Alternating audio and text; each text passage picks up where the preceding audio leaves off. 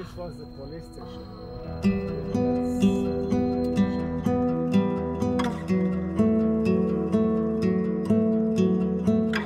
Sderot. Het is een van de plaatsen die de Israëlische geschiedenisboeken gaat halen. Hier, op deze plek, stond een politiebureau. En in dat politiebureau is in de vroege morgen van 7 oktober keihard gevochten. Wat hier precies is gebeurd, vertelt de politiewoordvoerder ons. המקום הזה הייתה פה תחנת המשטרה בשדרות. שמחת תורה בבוקר, שעה 6:30 בבוקר, החמאס מתחיל מכיוון עזה לירות אלפי טילים לעבר מדינת ישראל ואל העיר שדרות. בחסות ירי הטילים מגיעים מחבלים למקום הזה. מגיע טנדר גדול של טויוטה עם מלא מחבלים, הרבה מאוד נשק, כלי נשק כבדים. כניסה לתחנה הייתה פה. הם לוקחים RPG, יורים לדלת של התחנה ומנסים להיכנס. השוטרים שהיו כאן יוצאים מהתחנה ומתחילים להילחם נגדם והורגים אותם, אבל גם חלק מהשוטרים נהרג. חלק מהמחבלים נמצא פה על הכביש גם, חלק מהמחבלים נמצא פה על הכביש, ועל הגג למעלה ישנו סנייפר אחד, צלף שנמצא למעלה, שלהם, של החמאס. כך שכל מי שמגיע מהמקום הזה נתקל בירי. צד אחד ירי של מחבלים מכאן, ירי מחבלים מכאן, ואלה שטיפסו על הגג למעלה כדי להילחם, חלק מהשוטרים, נפצעים מהירי של הצלף. השוטרים רצים ונלחמים ונפגעים, אבל ממשיכים להילחם. כמה שוטרים היו במקום הזה היו סדר גודל של כ-15 שוטרים שהגיעו ויצאו בכל המקומות הללו. הראשון שיוצא מהתחנה, קוראים לו אליהו ארוש, יוצא עם נשק עם M16 ומתחיל להילחם עד שהוא נפגע ונהרג, ובעקבות הקרב שנמשך, נהרגים 8 שוטרים שנמצאים פה בתוך התחנה. נלחמים ונהרגים.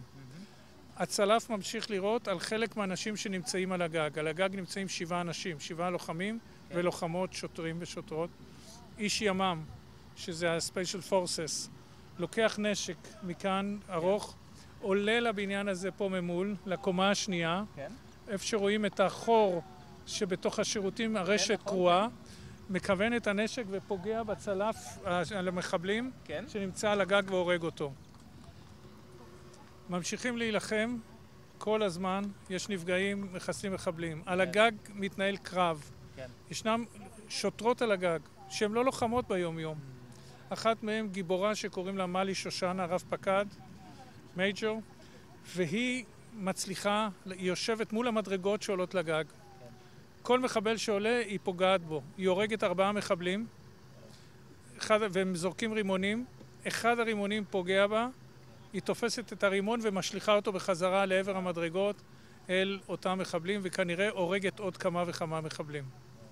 הקרב נמשך, חלק מהשוטרים על הגג נפצע, התחמושת אוזלת, עוד מעט ואין להם יותר אפשרות, אין להם כדורים באקדחים כדי להילחם. הימ"מ מגיע, הימ"מ מנסה להיכנס להילחם, ואנחנו מבינים שהתחנה כולה ממולכדת בכל מקום, אין אפשרות להגיע ולהיכנס בלי להיפגע. בכל מקום הם שמו מטען חבלה, הם יורים ואנחנו יורים עליהם.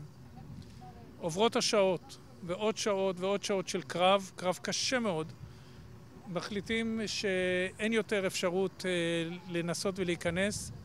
בעזרת סולם מהצד הזה מורידים בתרגיל שעשו, תרגיל הטיה, כאן ירו ומשם הורידו את הפצועים ואת השוטרים שנשארו על הגג ומחלצים את כל אותם שוטרים שנפגעו, כולל את השוטרים ההרוגים שהיו בכניסה ובקומה הראשונה של התחנה עצמה.